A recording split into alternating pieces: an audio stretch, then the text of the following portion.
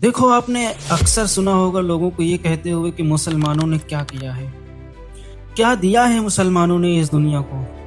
क्या उन्होंने कोई इन्वेंशन किया है? क्या उन्होंने कोई टेक्नोलॉजी बनाई है? क्या उन्होंने कोई ऐसा आविष्कार किया है जिससे दुनिया का फ़ायदा हुआ हो? जब कोई ऐसा सवाल करता है तो हमारे पास क्या जवाब होता है? कुछ नहीं। हम क्यों उस सवाल का जवाब नहीं दे पाते हैं?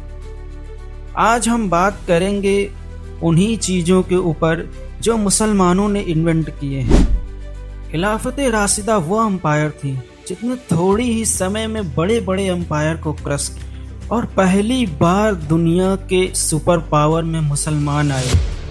और ये दौर मुसलमानों के लिए बहुत सख्त था, क्योंकि इस दौर में मुसलमान सिर्फ जंगों और जंगों में ही बिजी थे।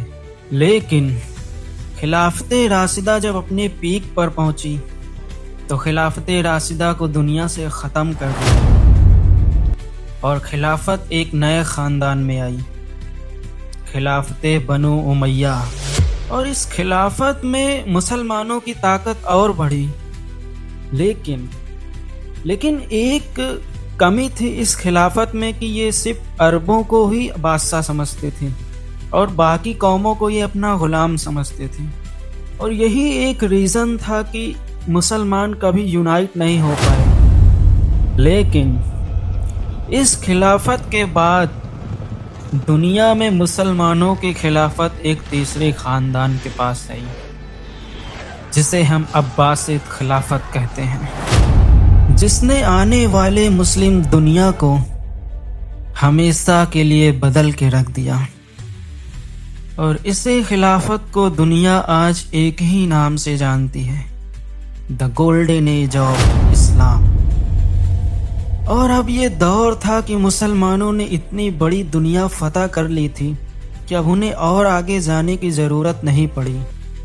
मुसलमानों का एक तरफ चीन के बॉर्डर तक तो दूसरी तरफ स्पेन के बॉर्डर तक साम्राज्य फैला हुआ था। और ये वो दौर था जब जंगें ख़त्म हो गई थी और हर तरफ पीस और अमन फैल चुका था। और इस तरह पहली बार मुसलमान बादशाहों ने अपने अटेंशन को जंगों से हटाकर पहली बार इस तरफ किया जिसका जिक्र कुरान में पहली बार हुआ था, इकरा, रीड, यानी कि पढ़ो।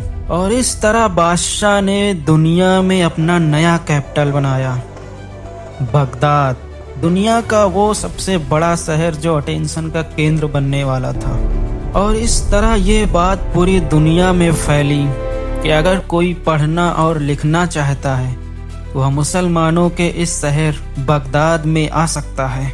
डजंट मैटर कि वो किस रिलीजन से बिलोंग करता है, चाहे वो हिंदू हो, मुसलमान हो, क्रिश्चियन हो, यहूदी हो, कोई भी हो, अगर वो पढ़ना चाहता है तो वो बगदाद शहर आ सकता है। और इस तरह पूरी दुनिया में जो जीनियस लोग थे वो अरब, यूरोप, चाइना, इंडिया छोड़कर बगदाद की तरफ आने लगे। और इस तरह अब्बास खिलाफत का कैपिटल बगदाद दुनिया के लिए इल्म और ज्ञान का सेंटर बन गया। और इसी बगदाद से मुसलमानों ने दुनिया को ऐसे साइंटिस्ट दिए जिसने मॉडर्न वर्ल्ड की तस्वीर बदल दी, जिसमें से इब्ने सीना थे जो ईरान से थे, जिन्होंने मेडिसिन और फिलॉसफी में महारत हासिल की थी। इन्होंने ही हमें मेडिसिन और फाउंडेशनल टेक्स्ट के सारे उपाय बताए थे। अल-बिरूनी उज़्बेकिस्तान से, जिन्होंने अर्थ के रेडियस को कैलकुलेट किया था और एस्ट्रोनॉमी और जियोलॉजी में महारत हासिल की थी और दुनिया को इसके बारे में बताया था। Al-Khwarizmi, father of algebra, modern mathematics को शेप देने वाले अल-ख्वारिज़मी, इन्होंने ही अलजेब्रा का कॉन्सेप्ट दिया था। अल-हसन इब्ने हयात, फादर ऑफ ऑप्टिक्स, फिजिक्स में ऑप्टिक्स के बारे में इन्होंने ही बताया था। जाबिर इब्ने हयान, केमिकल्स की दुनिया में इनका बहुत बड़ा योगदान रहा है। मॉडर्न केमिस्ट्री में जो हम एसिड देखते हैं इन्होंने ही डिस्कवर किया था और इन्होंने ही डेवलप अर्ली लैब टेक्निक्स दिया था। अल-जहारवी, सर्जरी के जनक, उन्हें कई ऐसे इंस्ट्रूमेंट, सर्जरिकल इंस्ट्रूमेंट बनाए थे जो आज मॉडर्न दुनिया में यूज होते हैं। Ibn Battuta, great explorer and traveller के नाम से जाने जाते हैं।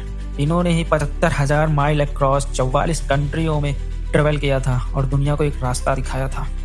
इब्ने अल-सातिर एस्ट्रोनॉमी एंड मैथमेटिक्स में के जनक माने जाते हैं। इब्ने खालदून, फादर ऑफ सोशियोलॉजी, सोशियोलॉजी में इनका बहुत महत्वपूर्ण योगदान रहा है। इन्होंने ही हमें theories on history, economics and civilization के बारे में बताया था।